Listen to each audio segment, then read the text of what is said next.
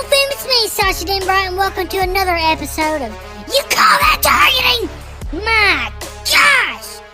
We are about to start week 1. Week 0 is behind us. Week 0 is always garbage. But it did give us one awesome game, and we're going to talk about it right now in the recap. Week 0 usually gives us nothing but pure trash, but man, they gave us an absolute classic. Florida State, Georgia Tech. I thought I was going to burp. Wait, hold on. No, I might puke. Anyways, Florida State. I mean, I'm the only one that called it. Mike and Earl, for some reason, was believing in Florida State. All the experts. Nick Saban, Desmond Howard, Kurt Herbstreit. Everybody on game day was just oozing over Florida State and how great they were going to be.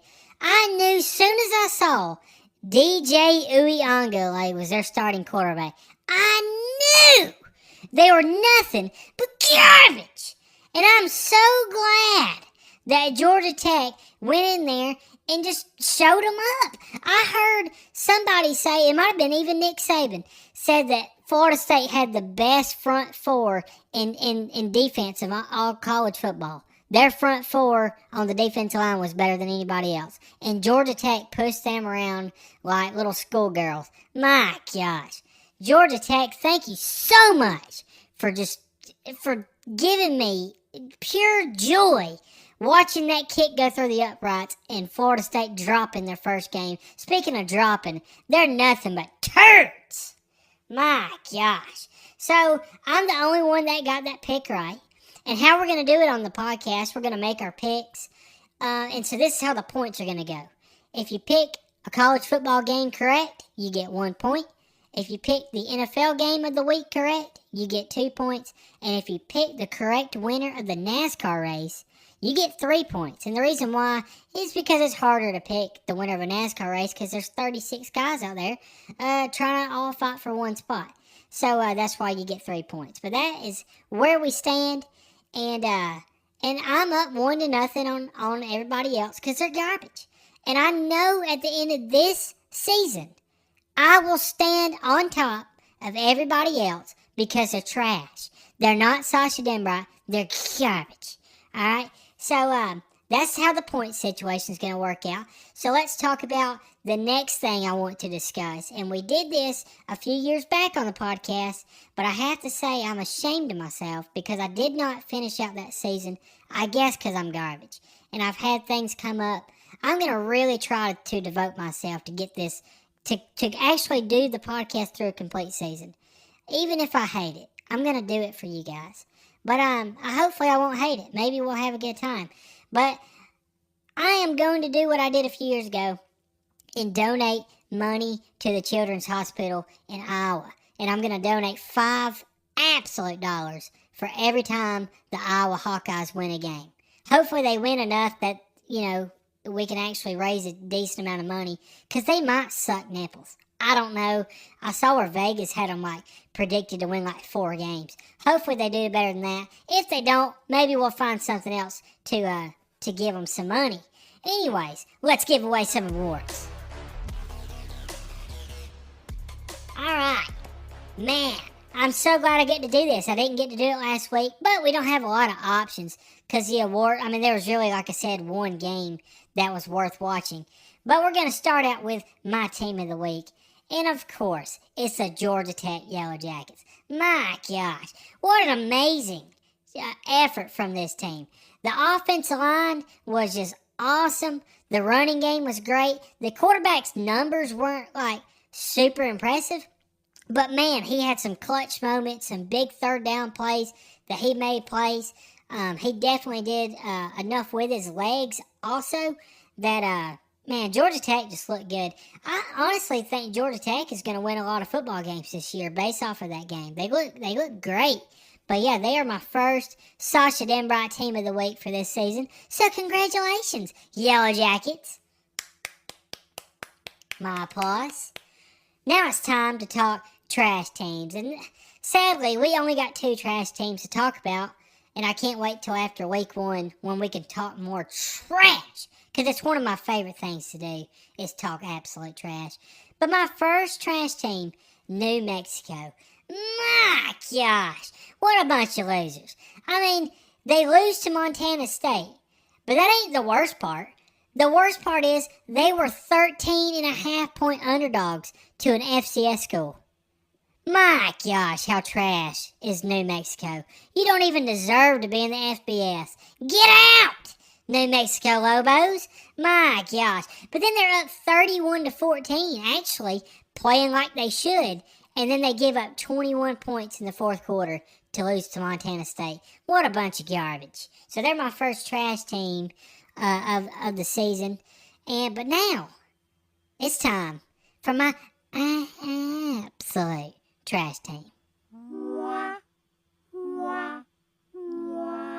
My absolute trash team goes to the Florida State Seminoles, and my gosh, does it touch my soul in a good way to say that. Florida State is nothing but garbage. DJ Uiagalelei, garbage. Mike Norvell, garbage. My gosh, I hope they lose 18 games, and it's not even possible to lose that many, but I hope they do it somehow. They're trash. Man, I hate Florida State. So congratulations, Florida State. You're nothing but absolute pure nipples. It's time to move on to my next segment, which is one of my favorites. Let's answer some questions.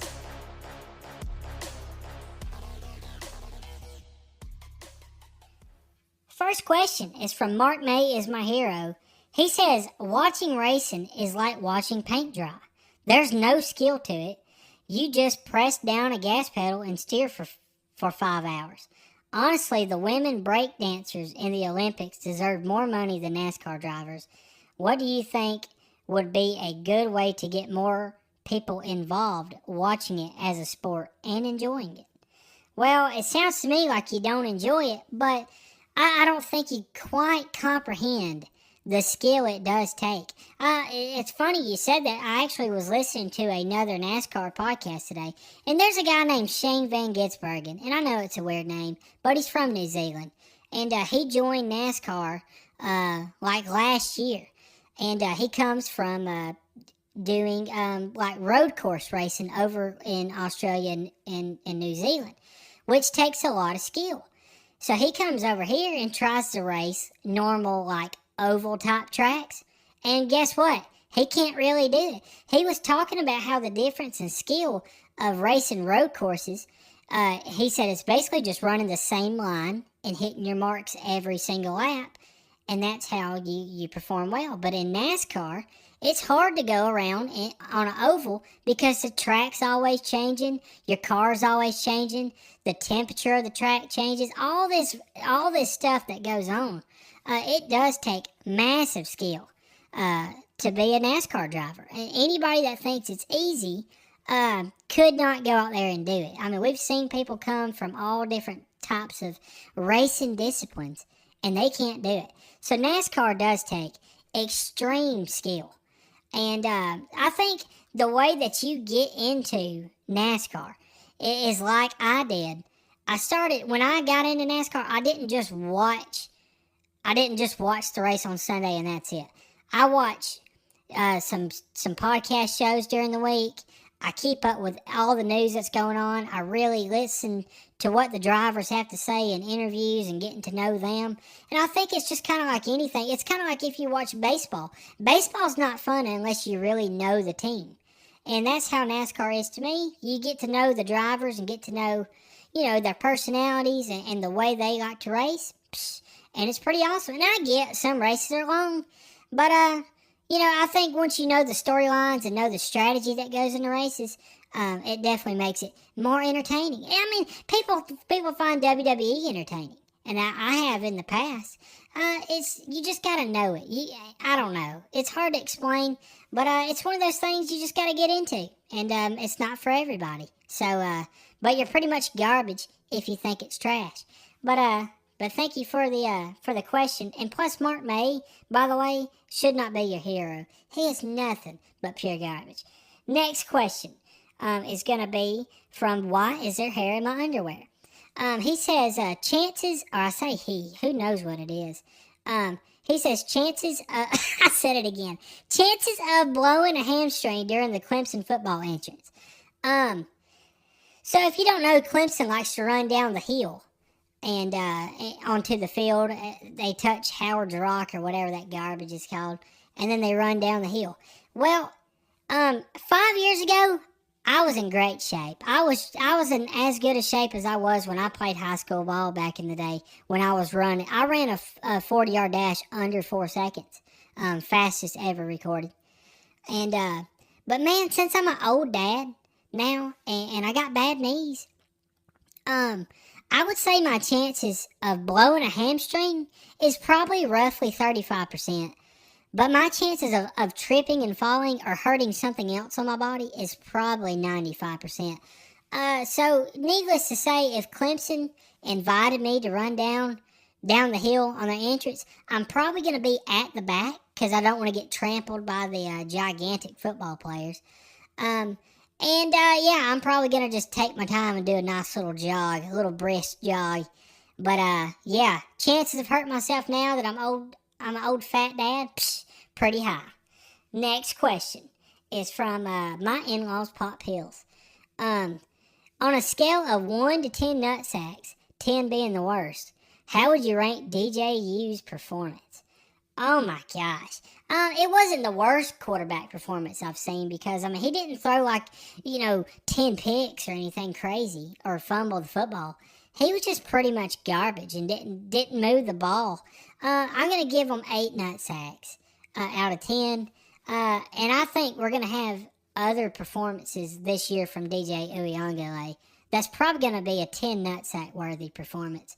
So keep updated with that and maybe ask me that question later on down the road when he faces even more tough opponents. I think this is my last question. By Cubed Water Research Team. Man, they were on some of my old podcasts. I hope they found their cubed water. I think Penn State should only do whiteout games against crap teams like your Notre Dame Fighting Irish because their record is 9-6 with a whiteout. Hashtag overrated like this podcast. First of all, I like how you come at me make it from my podcast, and you're a research team looking for cubed water. It's not going to happen. Give it up. Quit wasting money. I can't believe there's people that donate to that team to find cubed water. What good is going to come from it? Let's say you go out there and you throw whatever device in the water and you pull out a cube. How's that going to change the world? My gosh, they're probably millions of dollars into this research and hadn't done crap, and you want to call my podcast overrated. But I do agree with you about the Penn State whiteout. I think it's overhyped garbage. I think they should play teams like, probably like New Mexico, since they're nothing but pure trash, or Florida State, and get that win percentage up. Because, my gosh, 9-6 in a whiteout is pure nasty garbage. But thank you for your question. Now we got a phone call, and so let's take that right now. So, bro, this be LaDanian Quantavis over from Douglas, Alabama, in the hood. We up in this. Anyway, first of all, I got a statement. I want to say go Florida State, go Noles, and my boys. I got a cousin that knows somebody that plays on that team. They got shot. Anyway, first of all, I want to say that Florida State, they got robbed. The referees, if they hadn't been paid by Georgia Tech, we would have won that game, but they got robbed. Anyway, my question for you, Saucer. First of all, I really enjoy your podcast. I like what y'all doing up in there. My question is actually about this player, Pat McAfee. Is he annoying to you on the college game day like he is to everybody else? I've been hearing reports that people are not really happy with him, and he's kind of annoying to me. He kind of gets on my nerves a little bit. But so did my little niece. But, we just got to live with it. Anyway, I want to hear your concerns on that. And much love from the Douglas. All right.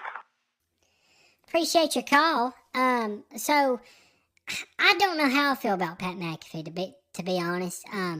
he's had some great moments on game day, and you know, he brings a different type of energy, that's for sure. But I don't know. I could take him or leave him, to be honest. It's kind of like, I would say it's kind of like my stepson, but I'm pretty much 100% on leave him. So I would compare Pat McAfee to probably my uncle on my dad's side. He's okay every now and then when he's out of jail. But I mean, I could take him or leave him. But if that answers your question, there you go. Appreciate your call. We're going to go to Earl next, and he's going to talk about the NASCAR race this past weekend and the race this coming weekend.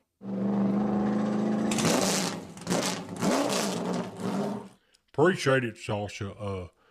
Big upset this last week at Daytona.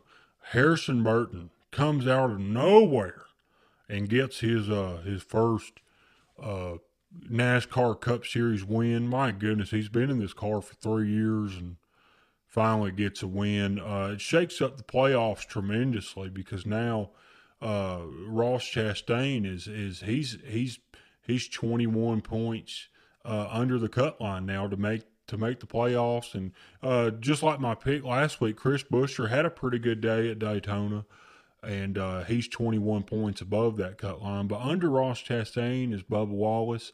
It's not looking very great for him. Him and Ross Chastain are going to have a spectacular race at Darlington this next week, and they're going to have to hope Chris Buescher has a bad one. And they can't hope for some new winner because, my goodness, if somebody else wins outside this top 16, they're all three not making the playoffs. So absolutely craziness. But congrats to Harrison Burton on winning that race. But let's talk about going to Darlington. I mean, this is a track that usually the top talent show up at this track. You're not going to see a Harrison Burton win this race. It's just not going to happen. You're going to see the top dogs at the front, the Kyle Larsons, the Tyler Reddicks, the Joey Logano's, the Ryan Blaney's, those kind of, Denny Hamlin, those kind of guys are going to be running up the front. I'm going to make my pick, and I talked about him last week, being hotter than a to-go plate for New China. And by the way, it is hot. Man alive. If you call in New China and give them, you could wait 30 minutes to go pick up your food. And then you go and get it, and by the time you bring it back to work, so it's been 40 minutes since you've called, it is scalding hot. I mean, I don't know how they do it, but it is hot. But anyways, I got off track, no pun intended, talking about racing because, you know, racetracks, you see where I'm, okay. Anyways, I'm going to pick Tyler Reddick. I think he's just been spectacular. He's short. I don't know what that has to do with racing. But anyways, I'm going to pick him.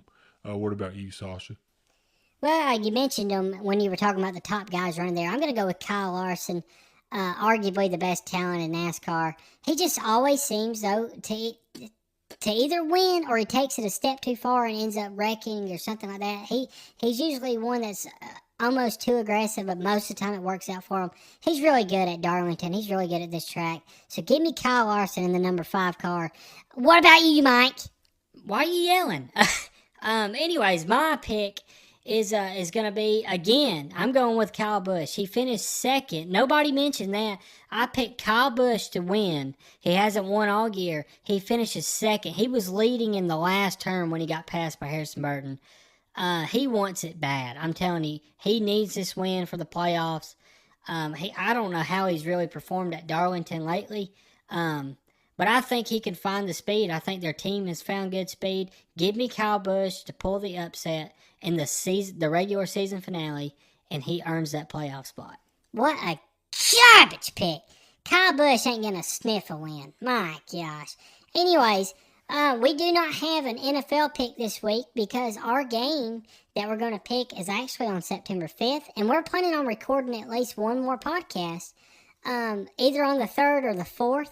So it doesn't make any sense to to make a pick there. We know our game is going to be Baltimore at Kansas City. It's going to be an awesome game. But we will pick that on the next episode. But right now, we are going to go to Earl, where he's stepping outside right now in front of a live crowd, a live audience, and we're going to make our college football picks, and we're going to talk about our game of the week. Let's go.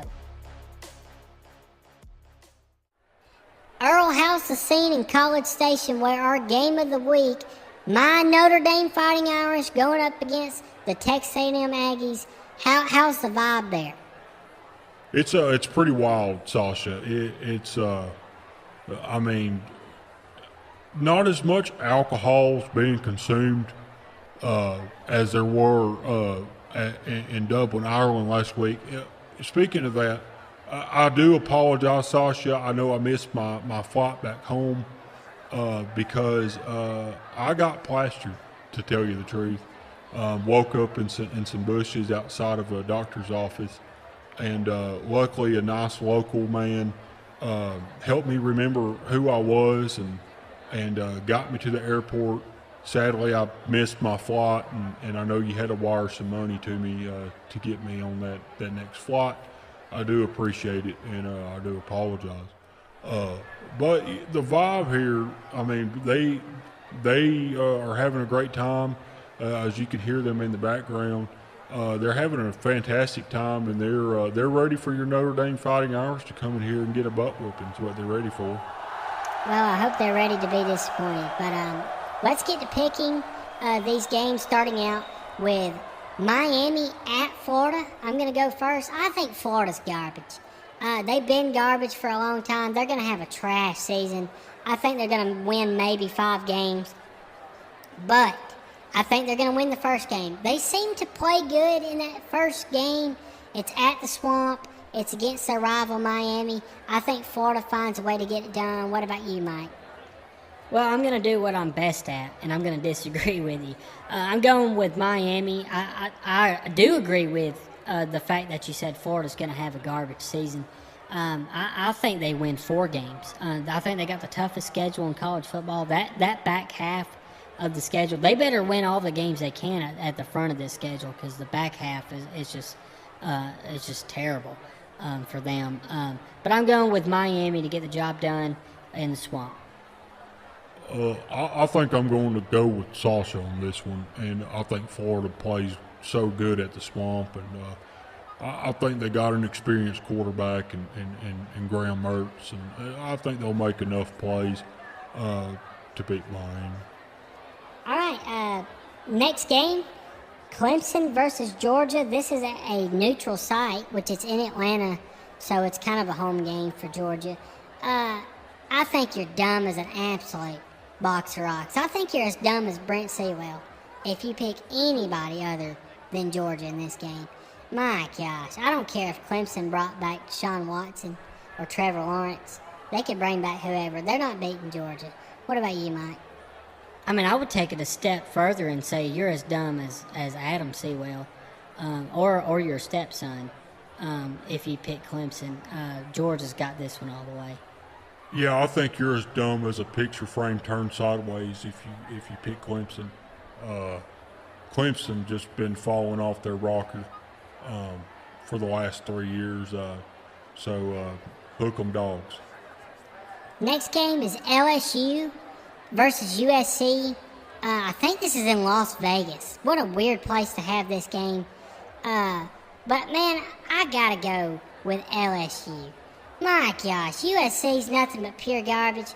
Lincoln Riley goes there and loses like 6 games last year with a guy who went number 1 overall at quarterback. Just nothing but pure trash coach, pure trash program, pure trash state. I'm going with LSU. Great pick. I'm going with LSU as well. I think they just got too much talent, and I think USC's got a lot to prove this year. Sasha, it kind of shocks me that you would pick LSU knowing that their coach that used to coach Notre Dame is coaching them, and he can't win. He can't win big games. He couldn't beat Florida State. In the opener last season, I believe it was. I don't know. I just remember it being a block kick to win. Brian Kelly, he's just nothing but a nipple, as you would say, and or I guess I'd say it too, because nipples a pretty good insult, to tell you the truth. But yeah, I think Brian Kelly's nipples. I think LSU's nipples. Am I using nipples too much? Probably. But give me USC in this game. All right. That was a garbage pick, by the way, Earl. Trash. And I can't believe we're paying you to make picks, because that is garbage. But it is time for the game of the week. My Fighting Irish at Texas A&M. Mike, I'm going to let you start this one. Well, you're not gonna. I don't think you're gonna like it too much. This crowd at College Station, the 12th man. Listen at them. They're rowdy. I'm telling you, Notre Dame is gonna have a hard time moving the ball against this team with this crowd. Notre Dame, the only chance they have to win this game is if they go out and jump up early and take this crowd out of it. Because if this crowd is a factor in this game, I'm going A&M all day, every day. Go Aggies. What an absolute garbage pick. I cannot believe you can sit here and look at me with a straight garbage face and think that A&M's going to beat Notre Dame. Listen to me, you bunch of weirdos. Notre Dame is going to go in there and absolute kick booty. It's not even going to be close. Your team's nothing but garbage. The SEC is nothing but pure dumpage. Give me Notre Dame. I'll pick them every garbage time. I don't care if it's against Georgia, if it's against Alabama, if it's against Texas or any other trash SEC. I'm picking Notre Dame, and you can suck my nipples. Can we stop talking about nipples just for 5 seconds? I mean, this is just, let's pick football. I don't understand why nipples have to be such a thing, but and the crowd, they're just like, can you please stop talking about nipples this and nipples that, and the word nipple offends me, and all I think about when you say nipples is nipples and all this stuff. So can we just stop saying nipples on the podcast and quit offending people, because people don't like nipples. But I think I'll agree with Mike. I think the crowd noise at this place is just, it's going to be something else. I think it's a hard place for Notre Dame to come in here first game of the season. This crowd loves to pound some beers. They love to drink beer, and I'm sure they love other stuff besides beer, but beer's really all I can think of. I would really love a beer.